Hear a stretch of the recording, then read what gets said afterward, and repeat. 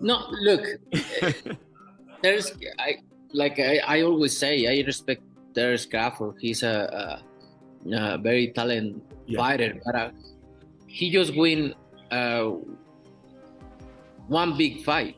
If you see his record, he just beat one good fighter like Errol Spence is. Yes. But other than that, I don't think he's beating other great fighter like Spence.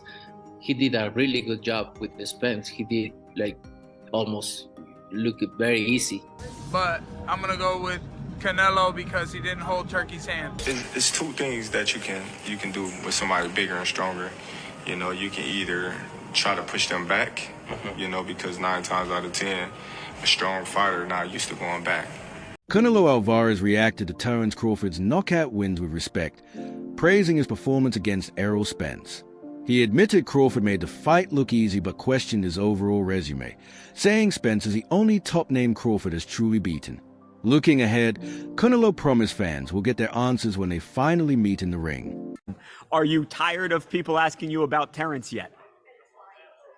No, look, there's I always say I respect Terence Crawford. He's a very talented fighter, but he just win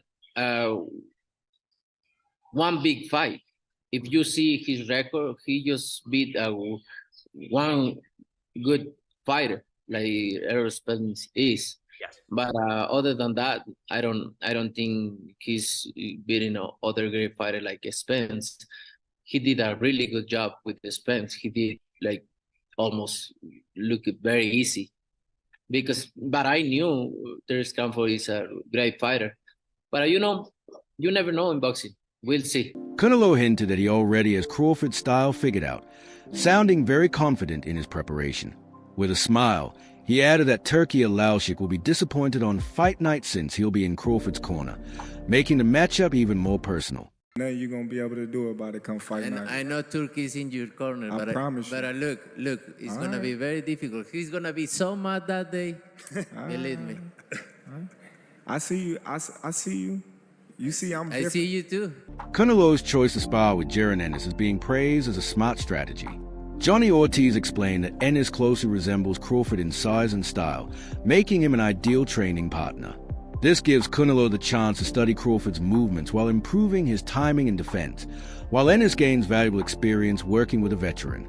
Ortiz sees the setup as a win-win for both fighters. It makes sense, and it's definitely a good experience for both. Eddie Reynoso and Canelo, shout out to them because now it shows that they serious with a real game plan, and Boots is, to me, everybody's a perfect opponent. I wouldn't say opponent, perfect sparring partner to have to replicate Crawford because they both switch hitters and stuff like that, and they got dog in them and reflexes for sure. So it shows Canelo serious, and on Boots end, to be able to spar a Hall of Famer, top tier guy, is gave him great experience, and you could tell he really wants it. It's a sport where Boots is getting an opportunity to spar a Hall of Famer. Who cares? And in reality, what the fuck loyalty does Boots owe to Crawford when it comes to the sport of boxing? I mean, Crawford didn't do shit even back while Boots was trying to get his opportunity when it was Spence and Crawford. Every time Boots' name got mentioned, you heard the Bud Clowns be like, oh yeah, he don't deserve it. Oh, who did he fight? Oh, who this and that, man. I ain't trying to hear that shit. It's like different shit that you need to be woke up outside of boxing. Boxing is a sport. There's shit that we need to really come together. I didn't see y'all come together like 5 years. The Bud Clowns, because it's real fans, the Bud Clowns is bashing PBC. Everything Boots, when you bring up Boots' name, putting him down, I didn't hear like, oh yeah, instead of fighting Canelo or fighting this person, he should fight Boots. Jose Benavidez also praised Canelo's move to train with Jaron Boots Ennis. He noted that Ennis mirrors Crawford in body type, movement, and fighting approach. Having such a partner in camp helps Canelo prepare mentally and physically for what's coming. Benavidez added that Crawford's smaller size could work against him, and sparring with Ennis boosts Canelo's confidence by making him feel ready before the first bell. To give Canelo maybe a little bit more confidence that he is sparring somebody really good. Ennis is a really good fighter. And I think that would be a good motivation, for Canelo Alvarez. I just think that Crawford is too small for Canelo. I think Canelo's too big for Crawford. But in my opinion, I think if Crawford could maybe just get out, tap, hook, get out, maybe once in a while throw a straight punch and just win by points and use his legs, I think I see him winning by decision. But if he tries to exchange with Canelo Alvarez, I think he's gonna make a mistake and he's gonna get hit with one shot and maybe he can get hurt and that would change the whole fight, But I think he's faster. Crawford is faster and a straight punch, get out, Don't stay there to throw or try to trade with Canelo Alvarez. Okay, fair to say. Fair to say. Now, do you feel like when it comes down to the demeanor of making that decision of bringing him in, does it show that he's taking this camp perhaps a little bit more serious than others? I mean, what do you think about just the move per se? It's very difficult to say. He's never brought anybody really good to his camp until this time. Uh, Maybe he's lacking enough of confidence, or maybe he just wants to use them to trick the people. Or, I mean, it's very awkward and very funny that he brought Ennis to his camp. So, but at the end of the day, they know what they're doing, and we got to respect that. And I think Boxing has entered a new era where streaming platforms drive record-breaking events. The Netflix fight between Jake Paul and Mike Tyson reached 65 million viewers, setting a new benchmark. That result proved global demand for big fights is higher than ever. Now, the showdown between Canelo and Crawford carries the potential to surpass that record, turning the fight into a historic moment with worldwide attention. Like Jake Paul, Mike Tyson, which was obviously on Netflix as well, the biggest concurrent view was, I think, 65 million. So at one stage of a time, 65 million people were watching that fight, which is crazy, hence why it broke Netflix servers. I do wonder what this does. I think it does around 10 to 15, which is still an incredible number. The problem with these two, and I was saying this morning actually to Gareth A. Davis, like, there's no antagonizer here, is there? No one is willing to play the role of the bad guy, the heel, the bully. And you almost need that a little bit. Like Jake Paul was actually quite smart in the way in which he promoted the Tyson fight. Obviously, look, it's Mike Tyson. But it was promoted so well where Jake was willing to be the guy that, I'm going to fuck up the greatest fighter of all time. He was willing to kind of say all those things and play that role. So people almost tuned in to see him get chinned as well. Neither of these guys are playing that role. Neither of these guys, I don't think, have crossed over massively to non-boxing fans. I mean, to us, they're like gods, but to non-boxing fans, I do wonder how much people know them. Terence Crawford has always welcomed big challenges, and his preparation for Canelo reflects that. He knows facing larger opponents brings difficulties, but says there are ways to handle them. His first tactic is to push bigger fighters backward, something they usually dislike since they are used to controlling the pace moving forward. It's two things that you can do with somebody bigger and stronger.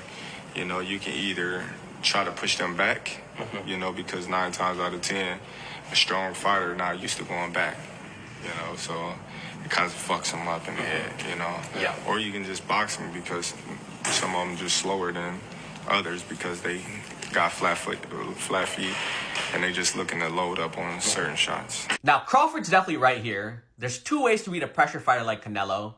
Either you put the pressure back on him, which is where guys like Triple G and Bivol had success, or you use your superior skills and footwork on the outside, which is how Floyd Mayweather won. Now, Crawford, he can't use the pressure approach because he's not as physically dominant as guys like Golovkin or Bivol.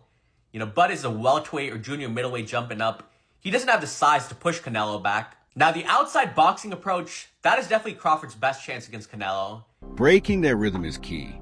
Crawford's second tactic is to drain their stamina and take advantage of slow footwork, which many heavier fighters struggle with. These strategies highlight Crawford's sharp boxing IQ. He knows toughness alone won't win. The key is turning weaknesses into opportunities. His camp is built around conditioning and precise tactics to face the biggest fight of his career. Canelo does struggle to cut off the ring at times. We saw that in the Skull fight. And he does load up on single shots now. But at the same time, Crawford is not the same pure boxer that Floyd Mayweather was. You know, Mayweather rarely got hit in that shell. And his form of countering, a pull counter, for example, was, I'm not going to get touched and then I'll make you pay. Whereas Crawford's style of counterpunching is different. Bud will take one to throw 2 or 3 back, and he can't do that against Canelo because of the size and power difference. If Bud takes a clean right hand to throw back an uppercut or a hook, he's either going to get dropped or he's going to end up on his bike like Jermell Charlo. So while I do agree Crawford does have the superior skill set in this fight, but because he doesn't have the size to push Canelo back, or the defense of someone like Mayweather to stay perfect for 12 rounds on the outside, I do think Canelo's size and power will make the difference in this fight. And that's why I like Canelo to win. Despite the hype, Crawford has shown respect for Canelo's legacy. He recognizes Canelo as one of the last fighters from boxing's golden era who shared the ring with legends. For Crawford, this fight is about more than belts. It's about testing himself against a champion who carried the sports tradition forward, giving the matchup extra meaning. Well, listen, I called Canelo out because, like I said, he the last great fighter amongst the era that surpassed us. You know, the Floyd, the Pacquiao, the De La Hoya. We both came up in that era, and he was right there with those fighters, and he got the chance to fight the Miguel Cottos, the Floyd Mayweathers, and the Kovalevs and Triple Gs, and I wasn't able to get those mega fights. So this is my mega fight. This is my moment, and that's the reason why I want to fight an all-time great like Canelo. Sean Porter offered his own view, saying Canelo won't show Crawford anything new. He explained that Crawford has faced every type of opponent: fast fighters, heavy punchers, counter punchers, and bigger men, and adapted to them all. This adaptability, according to Porter, is what makes Crawford special and capable of handling whatever Canelo brings. Getting in the ring with Canelo Alvarez, Terence is not going to see anything that he hasn't seen before. No, he hasn't seen this beast on fight night, but he's seen versions of this beast for a very, very, very long time. People have said that he's a blown-up 147-pound fighter. If you remember, he said it was hard for him to make 147 when he fought Errol Spence Jr. I was like, yo, how is that possible? I didn't realize he was really doing everything that's needed to gain the weight properly. Most fighters don't know how to gain weight and fit into a weight class properly. He's done that. Antonio Tarver focused on the danger of Canelo's power, stressing that one clean punch could change everything. While Crawford might be more active and technical, Alvarez has fight-ending power that can erase any advantage. Tarver warned that one mistake against Canelo could end the night, meaning Crawford must fight perfectly every second of every round. And Canelo only need one punch. You know what I mean? That really, basically, that's what it boils down to. I think Canelo only need one shot to change the game or change the fight. Crawford gonna have to stay consistent and win out. He's gonna have to get ahead and stay ahead. You know what I mean? And then also looming is the controversy. Can Crawford win a close decision? I could never win a close decision. I never won a close decision. That's what's looming. I think if Crawford is going to guarantee victory, he got to stop him. A man who ain't been stopped. He got to stop him, bro. It's challenge. So that's going to be the challenge. So I like Bud. I've always loved Bud, bro. But he in for a hell of a fight. If Saul show up, it's going to be problems. You heard me? Andre Rozier highlighted the importance of Canelo sparring with Ennis, saying it proves how seriously Canelo is taking this fight. Bringing in such a high-level partner shows respect for Crawford's skills. Rozier said this mindset explains why Canelo has stayed at the top for so long, by adapting, preparing thoroughly, and pushing himself. Fans can expect both fighters to show their very best. To get ready for Crawford. I would think it would be because he's ambidextrous, as is Crawford, so it can do nothing but help him. And he has Yolanda Hernandez also helping, another fighter who is ambidextrous, so it helps. And we just want to see him do what he has to do, because this is a great fight. Who were you initially taking? Is it Crawford, or who were you initially taking? No, I think I'm always under the direction of the bigger, better man. And Canelo's the bigger guy in this fight. And Crawford is my guy. It's just 2 weight classes and everything else. It's going to be tough. But if anybody can bring some energy to this, it'll be Crawford. Does Canelo bringing Boots into camp, does that lower Crawford's chances to you? It doesn't help. I'll tell you that much. It's a very, very astute move to bring someone who switches from lefty to righty. Big, strong young man, very fast, capable punching power. It's going to be a help. It'll be a help for him. Mike Perry praised Crawford's talent, but sided with Canelo, pointing to the pride and strength Mexican fighters bring into the ring. He said Canelo represents his country and its boxing tradition, carrying massive expectations. Perry also mentioned Crawford's playful exchange with Turki Aluli, adding some lighter moments to the fight build-up and showing how every detail adds to the story. I'm going with the Mexican power.